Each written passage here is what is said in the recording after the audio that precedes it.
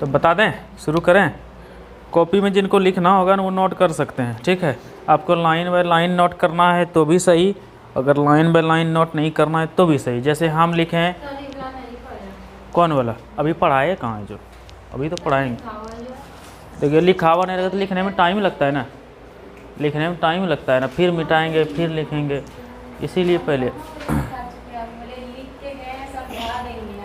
हाँ लिख पाए। देखिए अब हम इतना सीधा लाइन आप लोग की भीड़ में नहीं लिख दे पाएंगे, आराम से सीधा लाइन देते हैं, किसको कहाँ लिखना है, किस जगह लिखना है, सब लगाते हैं। पहले इसको बोलते हैं स्लाइड लगाना, ठीक है। देखिए एक पार्ट आपको हम बता चुके थे, नर्वस सिस्टम बता दिए थे ना, ये उसका दूसरा पार्ट है। नर्वस सिस्टम का काम हम बताए थे कि चुट्टी लग जाए, जल जाए, सब कुछ का आभास हमको नर्वस सिस्टम कराता है। और इसका मेन पार्ट नर्वस सिस्टम है मानव मस्तिष्क का। आज पढ़ाते हैं आपको पार्ट्स ऑफ ब्रेन। ब्रेन कितने हड्डियों से घिरा रहता था, है ना? 8 हड्डियों से। नहीं बोले थे कि 8 हड्डियों का एक ग्रुप होता है जिसको क्रेनियन बोलते हैं, और उसका जो ज्वाइंट होता है कैसा ज्वाइंट होता है, फाइब्रस ज्वाइंट होता है, बताए थे। और उसके नीचे कौन सी थैली में ब्रेन रहता है, मेनिनजाइट की नाम की थैली में ब्रेन रहता है। अगर मेनिनजाइट में चोट लग जाए तो क्या होगा, कौन सा रोग हो जाएगा, मेनिनजाइटिस रोग होगा ना, बताए थे मेनिनजाइटिस रोग हो जाएगा, जो गांव घर वाला कहानी बताए थे, पिछले वीडियो में है, जो नहीं देखें उसको देखिएगा। आज देखिए पार्ट्स ऑफ ब्रेन। ब्रेन का कौन कौन सा पार्ट्स, ऐसे माथा में देखिए एक बार, ये अगवा पार्ट है ना, ये बीच वाला पार्ट है और ये पीछे वाला पार्ट है। जब हम लोग का माथा दर्द करते हैं तो क्या बोलते हैं, लगाओ न मगजम तेल। गांव घर में जो माँ बोलती है मगजम तेल लगाओ, मगजम तेल लगाओ मतलब बीच वाला मथवा में लगाइए, ईंट माथा दर्द करता है, ठीक है। कभी कभी क्या बोलते हैं, कपाड़ दर्द कर रहा है, आधा माथा दर्द करे छे तो ईंटों में लगाते हैं।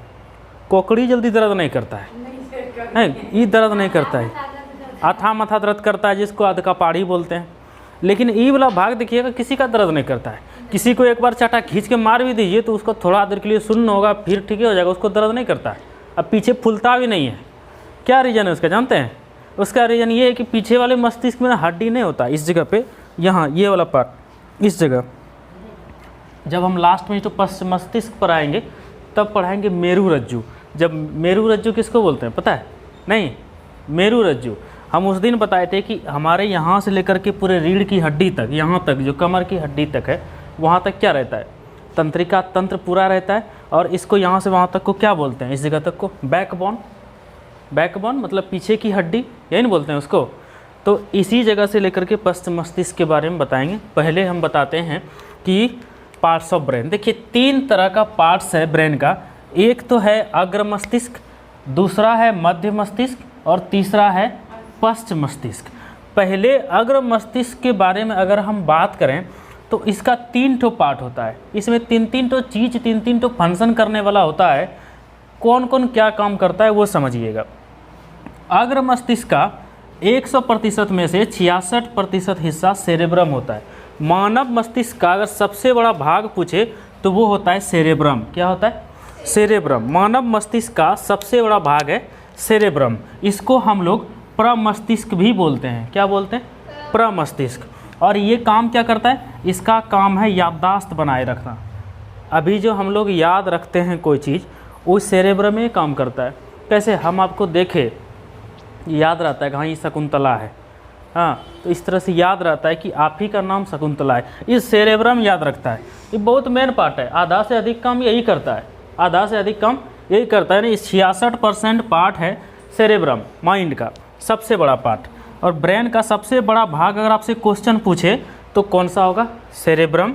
हिंदी में बोल सकते हैं उसको प्रमस्तिष्क। क्या बोलेंगे? प्रमस्तिष्क। अब दूसरा बात आइए, थैलेमस में एक पार्ट है थैलेमस। ये सब कुछ याद रखता है, ठीक है, ये सब कुछ याद रखता है। दूसरा पार्ट है थैलेमस। थैलेमस का क्या काम है? हमारा जो बाहरी वातावरण है, ठंडा लग रहा है, गर्मी लग रहा है, क्या बोलते हैं, अकबक लग रहा है, मतलब बाहरी वातावरण जो भी है उसका आभास कौन कराता है? थैलेमस कराता है। और बाहरी तापमान को भी यही नियंत्रित करता है। आपको ठंडा लग जाए तो आप कैसे कहीं घुस जाते हैं रजाई वजाई में, तो आपको गर्मी लगने लगता है, तो ये इसी का काम है थैलेमस का। ये यही करता है कि बाहरी तापमान और बाहरी वातावरण का आभास कराता है और बाहरी तापमान का नियंत्रण करता है। ना ही आपको ज़्यादा ठंडा लगने देता है, ना ही ज़्यादा आपको गर्मी लगने देता है। किसी का थैलेमस अगर गोल हो गया तो वो तो ठंडे में जम जाएगा बिना ठंडे का, उसको पता नहीं चलेगा बाहर में कैसा वातावरण है। तो ये थैलेमस का काम हो गया। अब एक है देखिए हाइपोथैलेमस, नाम देखिए मिलता जुलता है। अब नाम अगर मिलता जुलता है तो इसका काम थोड़ा मोड़ा मिलता जुलता होगा। ये करता क्या है देखिए, इसका काम है कि शरीर में अंदर में जो तापमान होता है, हमारे इंटरनल बॉडी का तापमान, वो ये नियंत्रित करता है हाइपोथैलेमस। अगर हमको कुछ गुस्सा आ जाता है तो यही नियंत्रित करता है, कंट्रोल यही करता है। किसी से प्यार हो जाए तो यही कंट्रोल करता है, ठीक। किसी से जलन, लड़कियों में जलन का व्यवहार जो होता है, इस हाइपोथैलेमस आप लोग में ज़्यादा एक्टिव नहीं होता है, लड़का में बहुत ज़्यादा एक्टिव होता है, समझ गए। लड़का में एक्टिव होता है, बताएंगे अभी। ये बॉडी के अंदर का ताप नियंत्रण करता है और गुस्सा, प्रेम, भूख, प्यास, पसीना, यानी आपके अंदर का जो भी चीज़ है वो कौन कंट्रोल करता है, हाइपोथैलेमस कंट्रोल करता है। साधारण सा सवाल पूछेगा कभी कभार कि बॉडी के अंदर का ताप नियंत्रण कौन करता है, तो हाइपोथैलेमस करता है। और बॉडी के बाहर का ताप नियंत्रण कौन करता है, तो थैलेमस करता है। देखिए ये हाइपोथैलेमस का काम क्या है। हाइपोथैलेमस के कारण ही ना लड़का लोग जो फोन कर देता है कभी कभार, या इधर उधर जो लाल हरा पीला नीला करता है, वो ये हाइपोथैलेमस का ही काम है, यही करवाता है। और देखिएगा लड़की लोग में हाइपोथैलेमस कम होता है, इसलिए कि आप जा रहे हैं दूसरे से बातचीत करते करते कोई दिक्कत नहीं है। लड़की घासों काट रही है बगल से, अगर कोई गुजर जाए हीरो हीरोइन तो आँखियाँ उठा के जल्दी नहीं देखती है। और लड़का क्या करेगा, बूढ़ो आदमी है ना तो वैसे ताकेगा एक बार,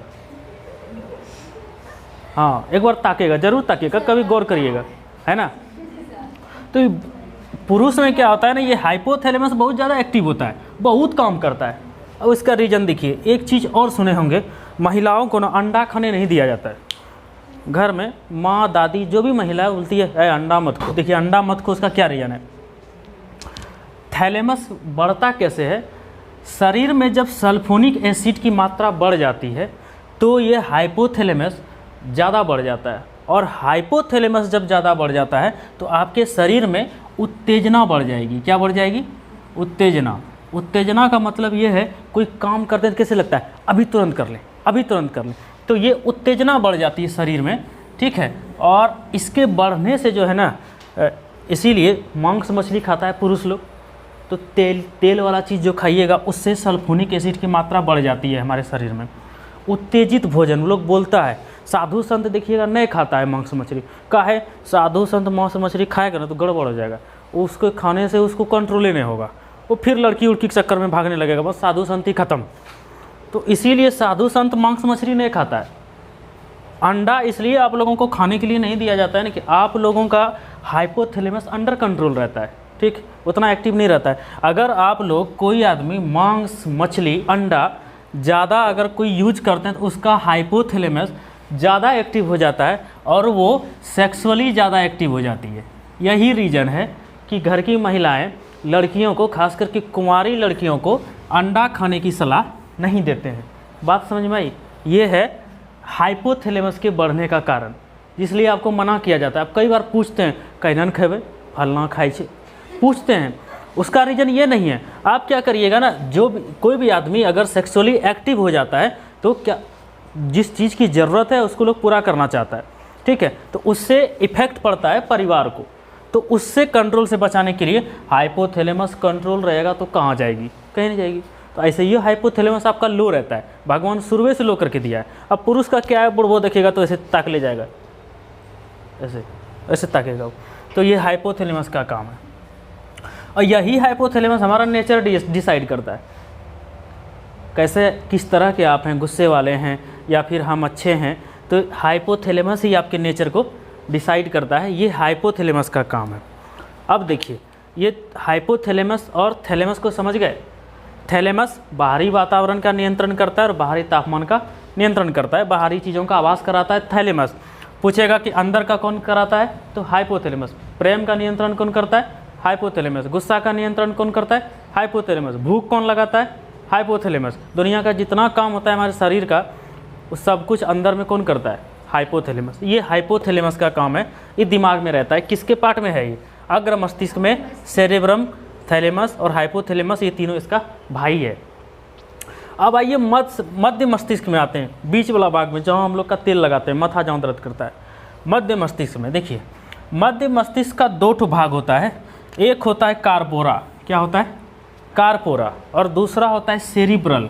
देखिए नाम मिलता जुलता, यहाँ सेरेब्रम है, यहाँ सेरिब्रल है। क्या है? सेरिब्रल है। कार्पोरा क्या काम करता है?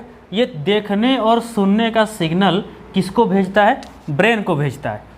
जो कोई चीज़ हम देखते हैं और सुनते हैं उसका सिग्नल ब्रेन को भेजता है। ऐसे हम आपको ताक रहे हैं, ऐसे मान लीजिए कि रोड पे कोई लड़की जा रही है, तो लड़का लोग को लग रहा है फलनवा की बेटी है, ऐसा बोलते हैं ना। ये देखता है, आँख जैसे देखा वो सिग्नल भेज दिया कार्पोरा को। ये बोलता है सेरेब्रम को, देख देख देख कौन है देख, तो ये बताता है वो ये फलनवा आदमी है। समझ गए? तो कार्पोरा सिग्नल भेजता है अग्र मस्तिष्क को। समझ गए? तो ये देखने और सुनने का सिग्नल किसको भेजता है? ब्रेन को भेजता है। आँख जब देखता है तब इसी को भेजता है सबसे पहले सिग्नल, कार्पोरा को। कार्पोरा बोलता है भैया देख कौन है, तब बताता है ब्रेन कि हाँ फलामा की बेटी है। ठीक है। दूसरा ये वही काम करता है, कार्पोरा का इतने टा काम है। सेरिब्रल क्या है? देखिए ये सेरिब्रल जो है ये माइंड का असिस्टेंट है। कोई आदमी अकेले कोई काम करता है ना, उसके पास एक तो असिस्टेंट होना चाहिए, असिस्टेंट, सहायक। तो ये इसका असिस्टेंट है सेरिब्रल। प्रधानमंत्री हो, राष्ट्रपति हो, उसका देखिएगा एक तो असिस्टेंट होता है, ये इसका असिस्टेंट है। इसका सेरिब्रल माइंड का असिस्टेंट है। जब कभी माइंड बिजी हो जाता है ना, तब ये कभी कभी काम करता है, भैया तू संभाल इसको।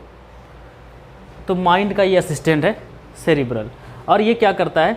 जोड़ देता है, मस्तिष्क को स्पाइनल कॉर्ड से जोड़ता है। आगे का मस्तिष्क और पीछे का मस्तिष्क दोनों में बहुत डिफरेंस है, क्योंकि आगे वाला भाग मध्य वाले भाग में आएगा, इसके बाद ना पीछे आएगा। तो ये उसको स्पाइनल कॉर्ड से जोड़ता है, यानी हमारे पीछे वाली हड्डी जहाँ की गला से लेकर के यहाँ तक आया नीचे तक, उसको ये जोड़ने का काम करता है सेरेब्रल करता है। कौन करता है? सेरिब्रल। इतने याद रखिएगा कि ये माइंड का असिस्टेंट है और ये स्पाइनल कॉर्ड को माइंड से जोड़ देता है। ठीक, ये हो गया। अब आइए पश्च मस्तिष्क में। पश्च मस्तिष्क भी बहुत ज़्यादा इम्पोर्टेंट है। पश्च मस्तिष्क मतलब पीछे वाला भाग जहाँ आपको चोट नहीं बुझाता है।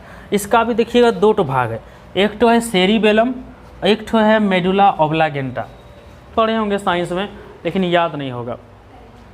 देखिए सेरिबेलम क्या काम करता है? ये बैलेंस नियंत्रण का दूसरा सबसे बड़ा भाग है। ठीक है, बैलेंस नियंत्रण करता है। एक तो पहले मस्तिष्क नियंत्रण करता है ये, लेकिन मेन काम बैलेंस नियंत्रण करने का कौन करता है? सेरिबेलम। अब देखिएगा, इसको ना हम सेकेंड माइंड भी बोलते हैं। पश्च मस्तिष्क को सेकेंड माइंड भी बोलते हैं। सबसे बड़ा भाग अग्र मस्तिष्क और जो दूसरा भाग है वो है पश्च मस्तिष्क। उसका भी काम बहुत इंपॉर्टेंट है। इसका तो बहुत नॉर्मल सा काम था, जो बिगाड़ने वाला काम है ये हाइपोथैलेमस करता है, इसको छोड़ दीजिए। उसके बाद बढ़िया काम यही करता है, पश्च मस्तिष्क करता है और अग्र मस्तिष्क करता है।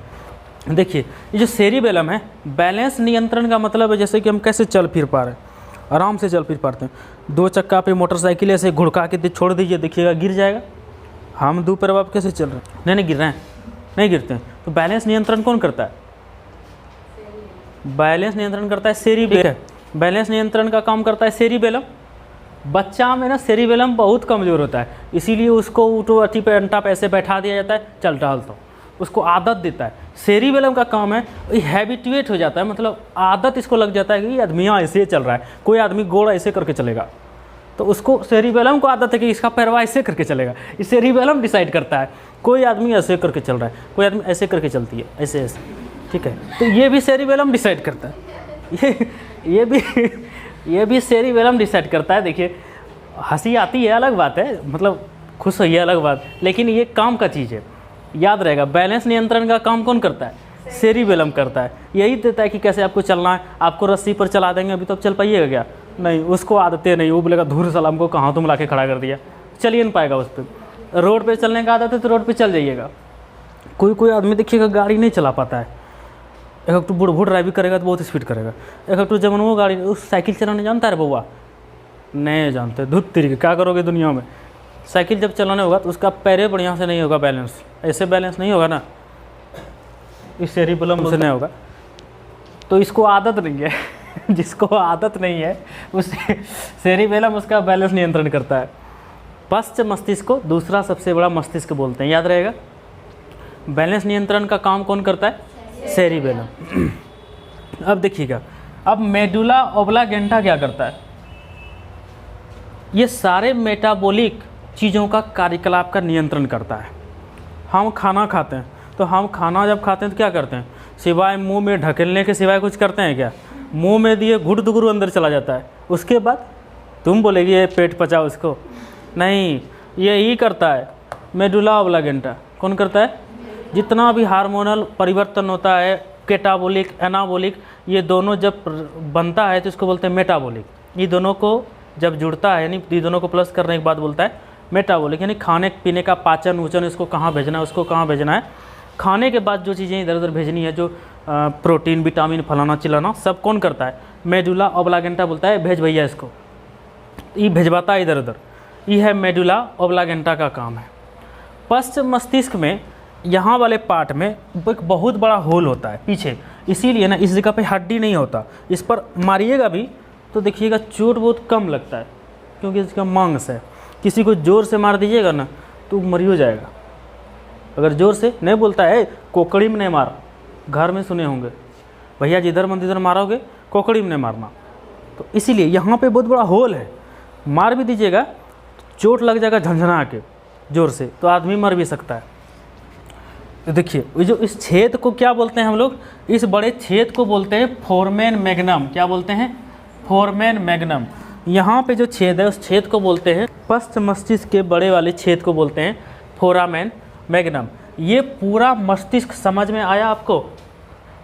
पूरा मस्तिष्क समझ में आया? किसी को कोई कन्फ्यूजन है? बोलो, बुलबुल है क्या? पप्पू, कोई दिक्कत नहीं ना? अब हम बताते हैं पश्च मस्तिष्क, ठीक है। अब इसको मिटाते हैं। किसी को लिखना होगा तो ऐसे ही याद रह जाएगा, बिना लिखे। आपको याद करने की ज़रूरत नहीं है। पूछ देंगे ना कल अचानक से, तब बता दीजिएगा किसी को, भैया बोल तो भूख का नियंत्रण कौन करता है? हाइपोथैलेमस। बदमाशी वाला काम जितना है सब देखिएगा हाइपोथैलेमस करता है। समझ गए? अब रीजन समझ गए ना? घर में जो खाने पीने पर बैंड लगता है उसका रीजन यही है। वो गोर गोसाई नहीं चलता है क्या? हमरो देवताओं के जी लेडीजन नहीं खाइए अंडा, बोलता है ना लेडीज़ को अंडा नहीं खाने के लिए, इसका यही रीज़न है। जबकि देखिएगा जब शादी ब्याह हो जाता है तो ठंडा के दिन में उसका हस्बैंड लाइए के देगा, खान गर्मी लगेगा। समझ गए? ऐसा नहीं लगता है बहुत कुछ हम बता देते हैं इधर उधर का, जो कि पूछने में दूसरे से लाज लगता है? अरे जानना चाहिए। आजकल पढ़े लिखे टाइम में ये सब चीज़ छुपा रहता है क्या? आज से बहुत साल पहले समझिए लोग मेंस्ट्रुअल साइकिल को बोलने में ना दिक्कत होता था, या महिलाओं को मतलब वो क्या बोलते हैं सैनिटरी नैपकिन खरीदने में परेशानी होती थी। दुकानों वाला देखता था कि एलियन आ गया क्या?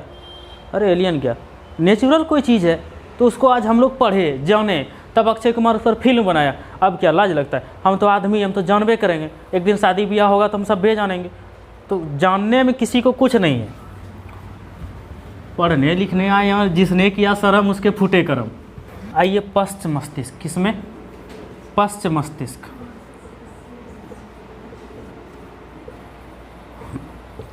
देखिए पश्च मस्तिष्क में बताए कि ये हमारा मुंडी है, ठीक है, और यहाँ के पिछले हिस्से से ऐसे करके मेरा बैकबोन आया है। फिगर अच्छा से नहीं बनेगा, अंग्रेजी स्कूल का छात्र तो नहीं है, तो जैसे बनेगा हम बना दिए, ठीक है। यहीं पे हम लोग का कोकड़ी में छेद होता है, इसको क्या बोलते हैं? इस वाले छेद को क्या बोलते हैं? Foramen magnum. क्या बोलते हैं? Foramen magnum. कोई दिक्कत? देखिए यहाँ से जो मस्तिष्क से जुड़ा हुआ भाग रहता है अंदर में, ये यहाँ से यहाँ तक, यहाँ से यहाँ तक जो भाग रहता है इसको बोलते हैं मेरु रज्जु। क्या बोलते हैं? मेरु रज्जु। हाँ, इसका पहले समझिए कैसे काम करता है। जब हम पढ़ाई करते हैं तो दिमाग सब तो ध्यान रहता है पढ़ाई पर, पढ़ रहे हैं, और कोई ऐसे अचानक हाँ ऐसे कर दे, कैसे चमक जाते हैं। उस अवस्था में क्या होता है, जो हमारा सेरेब्रम है ना, जो हमारा सेरेब्रम है वो बिजी रहता है। क्या रहता है? बिजी रहता है। सेरेब्रम जब बिजी रहता है तो वो बोलता है भैया इसको, कहाँ गया, इसको बोलता है, पश्च मस्तिष्क को बोलता है, अरे भैया देख हम पढ़ी रह छियो, कुछ होतो तो देखिए, ये बोलता है इसको, ये पश्च मस्तिष्क को बोल देता है सेरेब्रम, बोलता है तुम देखना उधर जी, ठीक है। ये बोलता है कि ठीक है हम देख लेंगे, ये बोलता है ऐसे। इसीलिए जब हम पढ़ते हैं कोई गिरगिटियों टपक जाए तो ऐसे हो जाते हैं, चमक जाते हैं। रात में कोई बोलता है कि चमकी हो गया, तो ये इसके वजह से ही होता है। यही कहाँ गया भैया, इधर गया, हाँ ये पश्च मस्तिष्क की वजह से, यही इसका काम है। देखिए इसको ऐसे याद रखिएगा, जब कभी मस्तिष्क बिजी हो जाता है, प्रमस्तिष्क यानी सेरेब्रम जब कभी बिजी हो जाता है, तब इसका प्रभार कौन उठाता है? पश्च मस्तिष्क। कौन उठाता है? ये मेरुरज्जु पश्च मस्तिष्क। ये बोलता है कि तुम काम करना, यही यहाँ से यहाँ तक का नियंत्रण करता है। और मस्तिष्क में पूछ दे कितनी जोड़ी नसें होती है पप्पू, मस्तिष्क में कितनी जोड़ी सिराएँ होती है, नसें होती है? देखिए मस्तिष्क में, यानी मस्तिष्क, इधर लिखूं, मस्तिष्क, मस्तिष्क में कितनी जोड़ी नसें होती है पता है? 12 जोड़ी। कितनी जोड़ी होती है? 12 जोड़ी। ये 12 जोड़ी नस में पूरे बॉडी को कंट्रोल कर लेता है, पूरे बॉडी को कंट्रोल कर लेता है। और ये मेरुरज्जु जो है, यहाँ से यहाँ तक जो उतरा है पीछे, यहाँ से यहाँ तक, इस जगह से लेकर के ऐसे करके ऐसे करके ऐसे करके 36 जोड़ा है, 36 जोड़ा। तो समझिए ये 12 जोड़ी में पूरा नियंत्रण कर लेता है पूरा बॉडी। वो 36 जोड़ा लेके आता है, कोई ठोक दिया तो अचानक 36 टोक बोलता है उठ उठ उठ उठ, कौन आ गया। इसीलिए अचानक से हम लोग चमक जाते हैं। तो ये काम करता है यही मेरुरज्जु। कौन करता है? मेरुरज्जु। ये 36 टोक को उठा देता है, जबकि 12 ठो में काम कर लेता है। अब समझ गए कि किसी को चमकी आता है तो उसको कौन करता है नियंत्रण? मेरुरज्जु करता है। अगर मस्तिष्क बिजी रहे तो उसका असिस्टेंट का काम कौन करता है? यही करता है। वो इसको बोल देता है, जब कोई काम हम भूल बिजी हो जाते हैं पढ़ने में, तब बोलता है इसको कि तुम देखना इसको, तब ये बोलता है कि अच्छा ठीक है जाओ देखो। इसीलिए कोई आदमी उधर से आता है तो अचानक से यही बताता है देख देख कौन आ गया, तो ये बताता है मेरुरज्जु। 23 जोड़ी होता है गुणसूत्र। गुणसूत्र बता देते हैं जब सवाल पूछ दिए तो। यहाँ तक इसको समझ गए? कोई दिक्कत है? नहीं ना। मस्तिष्क हमको लगता है ऐसे पूरा याद हो गया होगा, पूरे नर्वस सिस्टम से पूरा पश्च मस्तिष्क की तक याद हो गया होगा। क्या नहीं हुआ होगा?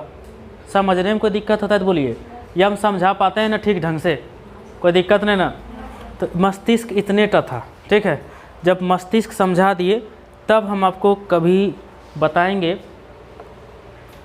ब्लड सर्कुलेशन सिस्टम, रक्त परिसंचरण तंत्र कैसे काम करता है, खून कैसे कैसे कहाँ कहाँ दौड़ता है, और किसकी कमी से किसी को नींद आता है, किसकी कमी से कोई बोलता है धूप तरह बहुत थक गए, किसकी कमी से थकान होता है वो बता देंगे, किसकी कमी से कोई बोल देगा क्या पढ़ने बैठते हैं लेकिन मन नहीं लगता है, नींद लगने लगता है, उसका क्या कारण है वो बता देंगे। जब रक्त परिसंचरण तंत्र पढ़ाएंगे तब उसमें बताएंगे कि नींद काहे लगता है। वो कोई प्राकृतिक कारण नहीं है कि ऐसे पढ़े और नींद लग गया, हम लोग को भी लगता था क्या पप्पू? बताएंगे कैसे होता है। हीमोग्लोबिन, आयोडीन सब रक्त परिसंचरण तंत्र में बताएंगे, WBC, RBC सब बताएंगे, ठीक। ये हो गया मानव मस्तिष्क, आपका चैप्टर ख़त्म। मानव मस्तिष्क खत्म हो गया। कोई दिक्कत? समझ गए पूरी तरीके से? क्या क्वेश्चन था बोलो तुम्हारा रे? सूत्र, चलो आओ। गुण सूत्र और कोई जानते हैं? देखिए गुण सूत्र, मानव,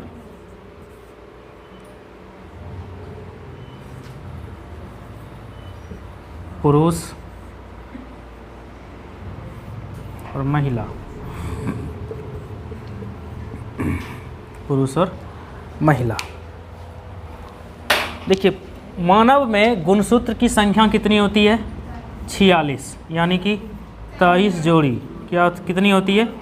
23 जोड़ी होती है। कितनी होती है? 23 जोड़ी। ठीक है, अब देखिएगा, कभी कभार सवाल उठता होगा, जब पुरुष में भी 46 यानी 23 जोड़ी होता है और महिला में भी 46 होता है, तो इससे पैदा होने वाला बुतरू जो है वो आदमी कैसे हो जाता है? 46 दूनी 92 हो जाना चाहिए, तो बानर हो जाना चाहिए, हाथी हो जाना चाहिए, हो जाना चाहिए ना? हैं? नहीं, 23, वही तो बोले 23 जोड़ी करके रहता है, 23 दूनी 46, एक पुरुष में 46, तो महिला में भी तो 46, महिला में भी तो 46, तो 46 दूनी 92, जब 92 टुक हो जाएगा क्रोमोसोम्स गुणसूत्र, तो आदमी का बच्चा हाथी होना चाहिए, तब होना चाहिए ना, क्योंकि उसमें ज़्यादा गुणसूत्र होगा। लेकिन ये कैसे डिवाइड होकर के दूसरे जो आपका जो बेटा बेटी पैदा होगा उसमें भी 23 जोड़ी कैसे होता है? कैसे होता है पप्पू बताओ, जो पढ़े हैं बायोलॉजी उसको बताइए। पढ़े हैं ना आप लोग? पढ़े जरूर हैं, बिना बायोलॉजी पढ़े यहाँ तक पहुँचबे नहीं करिएगा।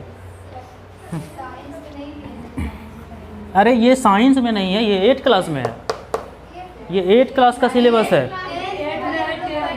10th में तो है ही, बहुत विस्तार से है, लेकिन इसका शुरुआत 8 क्लास से ही है, 8वां से है, देखिएगा।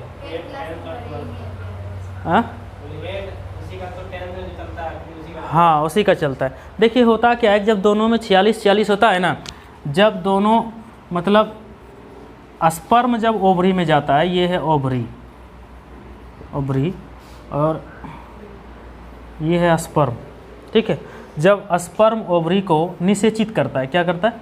फर्टिलाइज करता है, यानी निषेचित करता है, तो उस समय इसका हाफ हो जाता है और इसका भी हाफ हो जाता है, तब दोनों का मिल करके कितना हो जाता है? 46। और आने वाला दुनिया में आने वाला जो बच्चा होता है उसका भी क्रोमोसोम्स कितना होता है? 46। बात समझ में आई? बात समझी? और किसी का कोई क्वेश्चन है बताइए, और कुछ है तो बता देंगे, इसी में ख़त्म हो जाएगा कहानी। बायोलॉजी है, बोलो। जब नहीं कोई दिक्कत है तो तुम्हारा पप्पू को क्वेश्चन, तुम दोनों बोलो ना। क्वेश्चन आता है दिमाग में नहीं आता है। आप लोग को क्वेश्चन आना चाहिए दिमाग, शुरू से आदत नहीं है ना, तो इसीलिए दिक्कत है। आदत धीरे धीरे बनाइए। ये समझ गए गुणसूत्र? इसीलिए आदमी के गुणसूत्र में 46 ही होती है, उससे ज़्यादा नहीं होगी। हो गया, ये गुणसूत्र खत्म हो गया।